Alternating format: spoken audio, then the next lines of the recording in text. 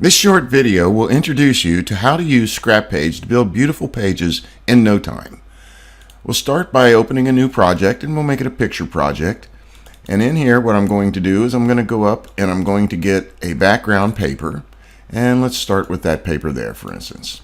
Okay, so this will come in. It's 3600 by 3600. So it'll be 12 by 12 printable, just like any other ScrapPage layout that you would do. So anyway, now what we'll do to this is we're going to add some design elements. So under Add, I'm just going to pick some pictures here. And in here I have a little folder called Flowers and Things. Now let's just pick everything in there.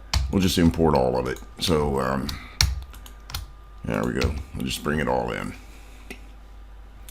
Now you'll see everything comes in sized to about a quarter of the size of the page or so. But that's nothing to worry about, because you can always move them around wherever you want them. You can rotate them however you'd like, and you can resize them to any size you want them to be. So let's start making these all a little bit smaller just to get them out of the way a bit. And we'll just scatter them around wherever we feel like right now. It doesn't really make a whole lot of difference where we put them. Let's take the frame and stick it down here. And we'll go with just resizing that and sticking it over here. And we can just move them anywhere you want on the page. You can see how you move them around really quickly and resize them. And as I say, you can rotate them if that's what you want to do. But anyway, once we move them around and we get them where we want them, we might say, well, let's build this up into a little bit of a collage. So we'll start off with maybe scaling these things all down to where they make a nice looking collage effect. And let's stick this one in here next, and maybe this one next, and this one. You can see you can do these any way you want. It doesn't make any difference actually. And we have it that way. Now we'll move the frame up here and blow it up in size and maybe rotate it a little bit and make sure that it's behind things that we'd like it to be behind. Something like that. So let's stick it out there just a little bit so we can say, yeah, we've got a frame that is covered but not completely. So there you go. So now we have that. And we forgot the ribbon. Let's put the ribbon up here. Let's move it to the top. Over here in the layers panel, you can see where there's a layer for each one of the images over here. But now that I have the ribbon selected, I'm just going to move it to the top. All right, so it's now on the top of everything, as you can see there, and we'll rotate it to sit in there like that. Something like that. Now, what can we do beyond this? Well, in order to emphasize things a little bit, we could shadow them. So let's start off just picking this, and we'll give it a fairly wide shadow and not too dense, just something like that, just so you can see that it pops off. Now, having shadowed that, it's this one right here, we can just go up the line and tell it, hey, I want to match that shadow for all the other ones.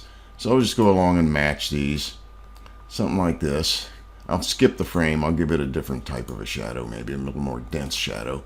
But we'll just keep going until we get all these matched. Okay, so now all the flowers are shadowed.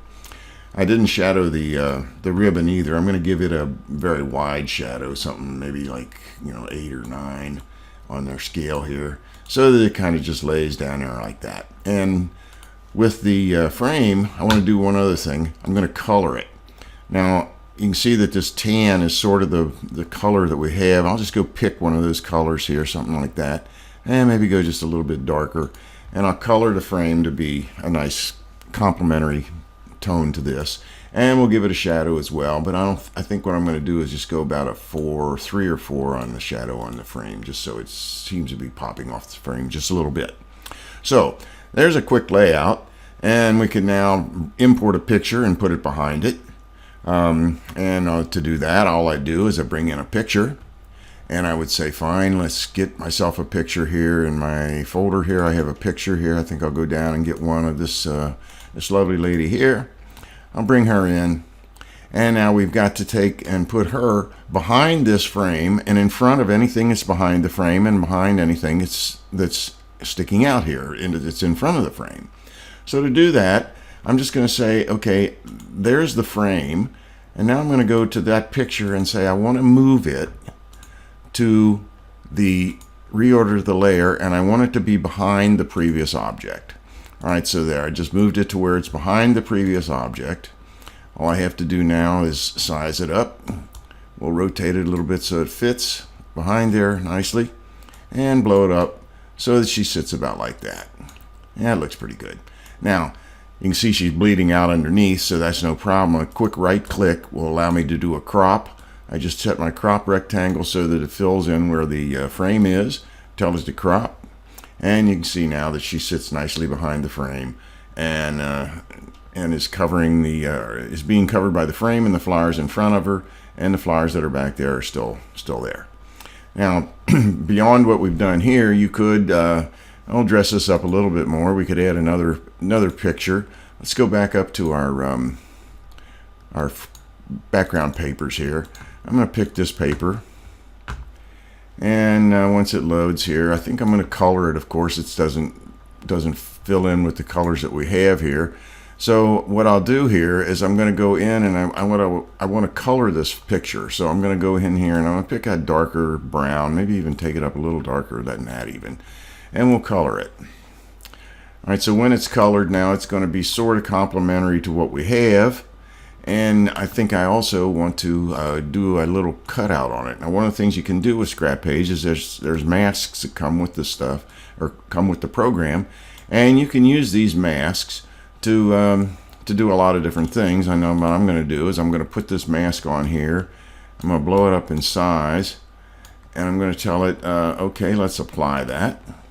And you'll see when I do that we're going to have this jagged edge here that's going to be left over from the application of the mask.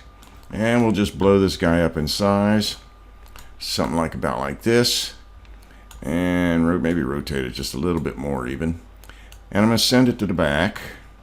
I do that simply by having it selected, and over here in the layers panel I say, hey, go all the way to the back.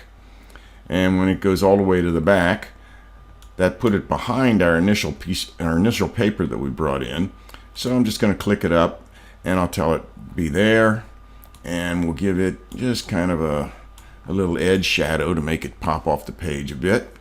So there, now we've got that. And if we want to add a text box to it, we just go in here and we're going to tell it something like, let's say picture perfect. Okay, and you can auto size these things. What we'll do here is I'm going to use Scriptina as the font, and I'm just going to tell it to auto size, and I'll make it bold, and let's even give it a color, and we'll give it a color that's something like, let's go to the darker there, to the darker brown, and we'll tell it okay. So there it is, and you might not want it to be lined like that, maybe like this, and there, and just no time at all, put together a pretty nice looking layout, and just a few minutes using ScrapPage. So as I say, it's a free program, and if you would like to have it for your very own, just go ahead and download it from my website. That's www.MediaDigitronics.com. Okay, until the next time, we'll show you something else on using ScrapPage. This is Dave with MediaDigitronics. Bye now.